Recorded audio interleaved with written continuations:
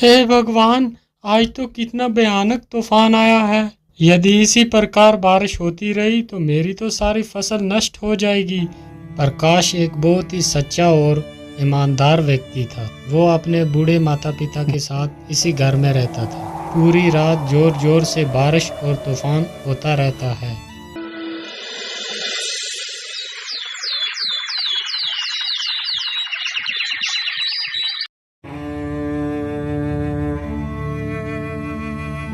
पिताजी, मैं खेतों की तरफ जा रहा हूँ। अभी जल्दी ही लौट कर वापस आ जाऊंगा। इतना बोलकर प्रकाश वहां से खेतों की ओर निकल जाता है।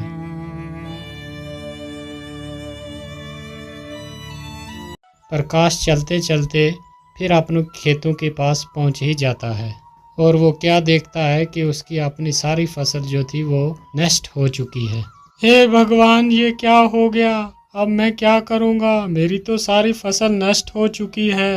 अनाज कहाँ से लाऊंगा और अपने बूढ़े माता पिता को क्या खिलाऊंगा? बेचारा प्रकाश वहाँ पेड़ के नीचे बैठकर बहुत देर तक रोता रहता है। हे भगवान, मेरे परिवार का सहारा बस ये खेत ही था। आज वो भी नष्ट हो गया। अब मैं क्या करूंगा? अब तो यहाँ रहकर मैं अपने माता पिता का पेट नहीं भर पाऊंगा। मैं ऐसा करता हूँ, अपने बूढ़े माता पिता को साथ लेकर कहीं दूसरे गांव में चला जाता हूँ। इतना कहकर प्रकाश वहां से अपने घर की तरफ चल देता है।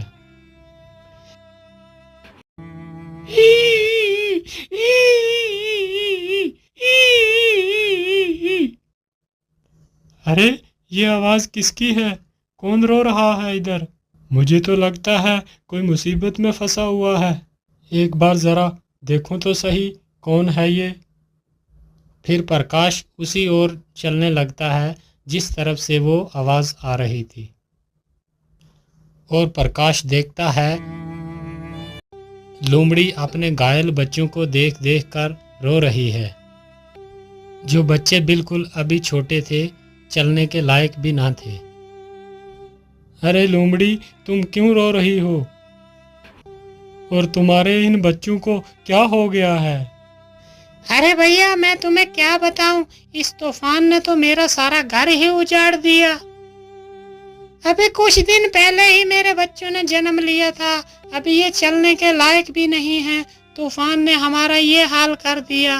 अरे लोमड़ी, तुम दुखी मत हो। मैं तुम्हारी कुछ मदद कर देता हूँ। मैं तुम्हारे बच्चे को दवाई लगा देता हूँ जिससे जख्म बहुत जल्दी भर जाएंगे, और मैं तुम्हारा ये घर भी थोड़ा ठीक कर देता हूँ। प्रकाश की ये बात सुनकर लोमड़ी की थोड़ी जान में जान आई। प्रकाश जल्दी से जाता है और कुछ दवाई की पत्तियाँ तोड़कर लाता है और जल्दी ही उन घायल बच्चों के घावों पर लगा देता है। और फिर वो जल्दी से वो गिरा हुआ पेड़ जो था जिसमें वो रह रहे थे उसे सही जगह पर। ये देखकर लोमड़ी बहुत ज़्यादा खुश हो जाती है। हे दयालु इंसान, तूने मेरे परिवार को मरने से बचा लिया।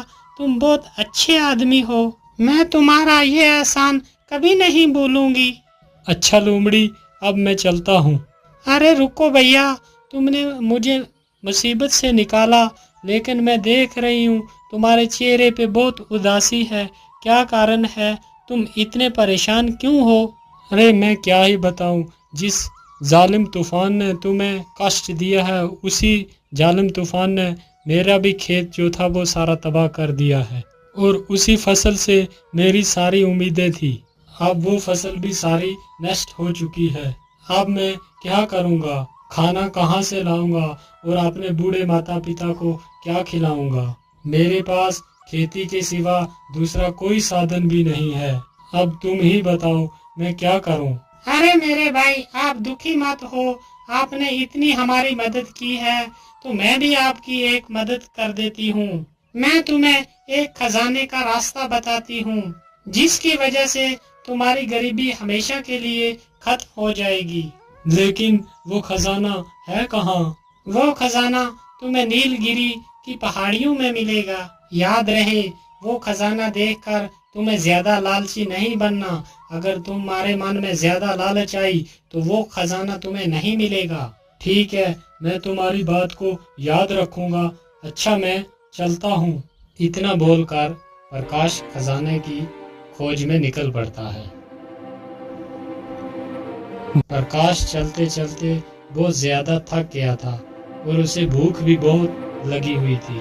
अरे, मैं तो चलते चलते बहुत ज्यादा थक गया हूँ और मुझे भूख भी बहुत लगी है। यहाँ तो आसपास कुछ भी नजर नहीं आता। मैं ऐसा करता हूँ कि कुछ आसपास ही खाने को ढूंढता हूँ, शायद कुछ खाने के लिए मिल जाए।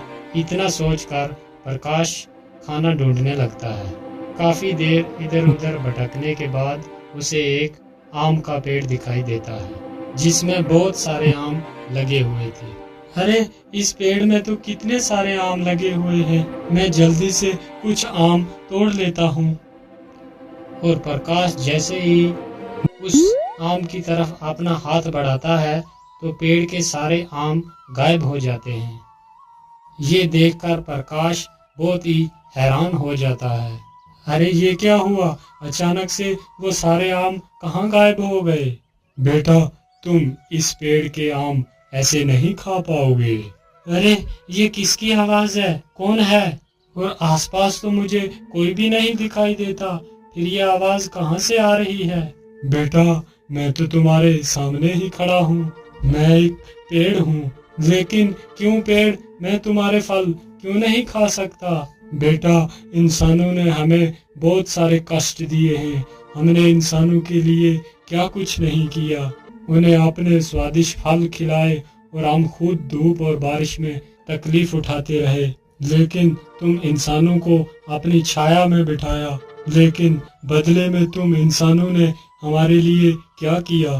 तुमने बारी बारी सारे पेड़ काट दिए हैं, जिसकी वजह से आज इतनी कड़कती धूप पड़ रही है। इसका कारण सिर्फ तुम ही हो। और इस गर्मी की वजह से हमें भी पर्याप्त पानी नहीं मिल रहा। इसकी वजह से हमारी तने भी सूख रहे हैं आहिस्ता आहिस्ता। अगर ऐसा ही चलता रहा तो जल्दी ही पृथ्वी का विनाश हो जाएगा। यदि इस विनाश को रोकना है, यदि कोई व्यक्ति एक पेड़ किसी मजबूरी के कारण काटता है, तो उसके बदले कम से कम उसे 3 पेड़ लगाने होंगे, तभी हम इस पृथ्वी को सुरक्षित रख सकते हैं। लेकिन पेड़, मैं इसके लिए क्या कर सकता हूँ? बेटा, मैं तो किसी के पास जाकर ये बात नहीं बता सकता, लेकिन ईश्वर ने तो तुम्हें पैर दिए हैं। तुम हर एक व्यक्ति तक ये संदेश पहुंचाओ। ऐसा करने के लिए क्या तुम तैयार हो? तभी मैं तुम्हें फल खिला सकता हूँ। हाँ हाँ पेड़, ठीक है, मैं आपके इस संदेश को हर आदमी के पास पहुंचाऊंगा। प्रकाश की ये बात सुनकर पेड़ बहुत खुश हो जाता है और जल्दी से अपने कुछ फल नीचे गिरा देता है और प्रकाश उन फलों को उठाकर तुरंत खाने लगता है। फलों को खाकर प्रकाश आगे जाने लगता है।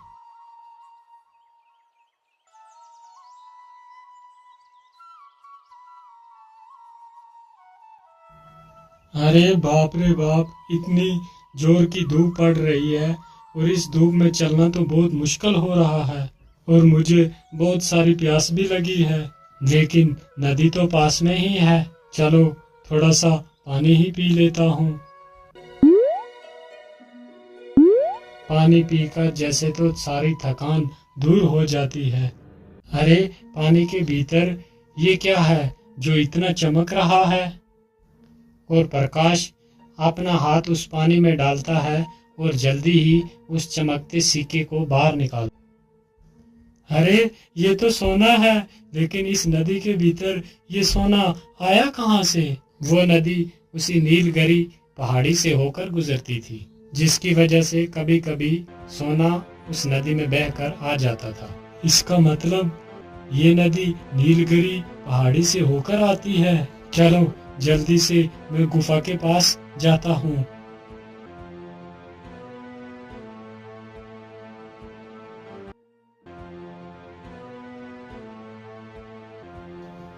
प्रकाश चलते चलते जल्दी ही नीलगिरी पहाड़ी के पास पहुंच जाता है। मैं इस गुफा के बीच तो आ गया, लेकिन खजाने का कुछ पता ही नहीं है कहाँ पर होगा।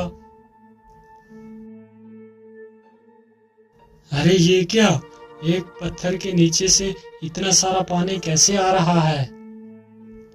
कहीं इस पत्थर के पीछे ही वो खजाना तो नहीं छुपा हुआ है। चलो इस पत्थर को ही हटा कर देखता हूँ। प्रकाश जैसे इस पत्थर को हाथ लगाता है, वो पत्थर अपने आप दूर खिसक जाता है। अरे ये क्या, ये पत्थर मेरे छूते ही इतना दूर कैसे हो गया? और देखता है गुफा की हर तरफ सोना ही सोना पड़ा हुआ है। अरे बाप रे बाप, यहाँ पर इतना सारा खजाना पड़ा हुआ है। कहीं मैं कोई सपना तो नहीं देख रहा? क्या ये हकीकत है? अरे नहीं नहीं, ये कोई सपना नहीं है, ये हकीकत ही में ही सोना है। चलो मैं अपनी जरूरत के हिसाब से ही सोना ले लेता हूँ। और प्रकाश एक पोटली भरकर सोना ले लेता है। आहा, इतना सोना मेरे जीवन के लिए बहुत काफी है। इतना कहकर प्रकाश सोने की पोटली अपने सिर पर रखकर वहां से निकल पड़ता है। रुक जाओ, कौन हो तुम और इस पोटली में क्या लेकर जा रहे हो? क्या हुआ, तुम कुछ बोल क्यों नहीं रहा? इस पोटली के भीतर क्या छुपा के रखा है तुमने? अरे सरदार, ये ऐसे आदमी नहीं बताएगा। हम इसकी पोटली छीनकर खुद ही देख लेते हैं कि इसकी पोटली के भीतर क्या रखा है।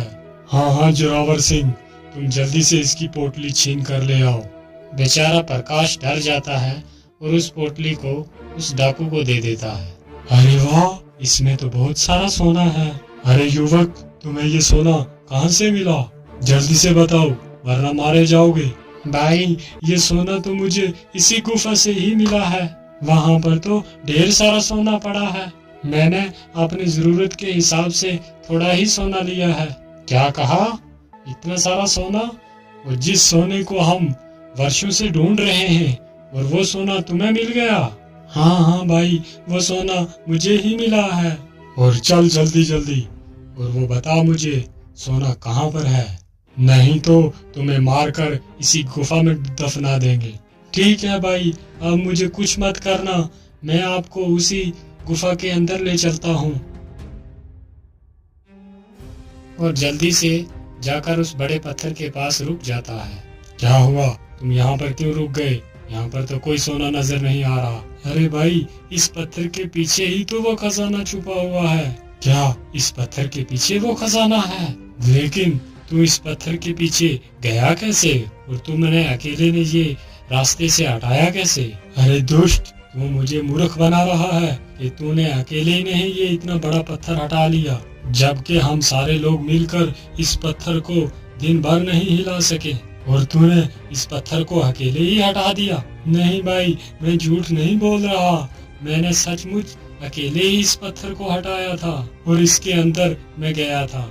यदि ऐसी ही बात है तो तू मेरे सामने ही इस पत्थर को हटा, जरा मैं भी तो देखूं कि तूने अकेले ही इतने बड़े पत्थर को कैसे हटा दिया। ठीक है भाई, मैं अभी इस पत्थर को हटाता हूँ।